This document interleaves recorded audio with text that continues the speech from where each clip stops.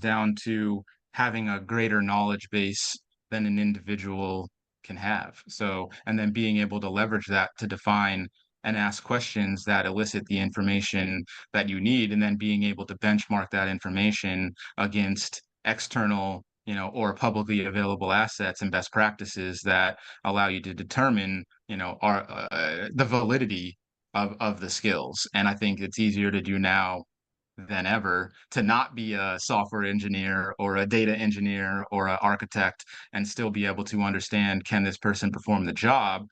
It's tricky, and it's where most companies struggle, and why the upfront part of the process from an interviewing perspective can be the most time consuming and difficult, because hiring managers end up interviewing a whole bunch of people that don't have the experience that they need, because somebody didn't understand truly what the role is or what the technology is. So I think that's a critical aspect.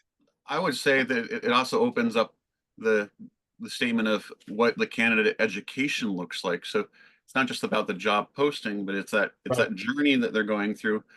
If you're a larger company or a startup, you could say this description, all these elements, all these skills, they connect up to these blog posts, they connect up to these company assets. If you want to learn about this job and this team, here's the different things that are in our knowledge system, right? If you're a smaller company, you could have an official frequently asked questions. This type of job posting is going to have these types of questions. Here's the 5 resources, 50 resources, 5,000 resources that can help us educate the candidate. And so as you're trying to build your pipeline, you might be able to not only get them to opt out of the pipeline, but you can also educate them on what the job entails. Maybe they're just out of college or they've only been doing it for a couple of years and you need somebody with 1 or 2 more skills.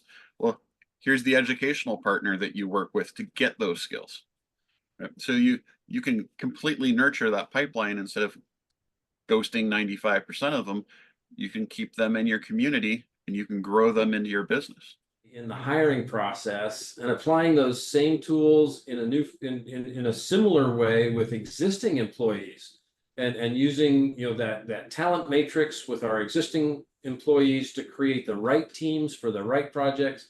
It's a whole additional discussion that we could go into, but the tools are incredible to take this entire hiring process and then continue to apply them throughout the life cycle of the employee, and continue to develop and work with the internal teams. It's incredible.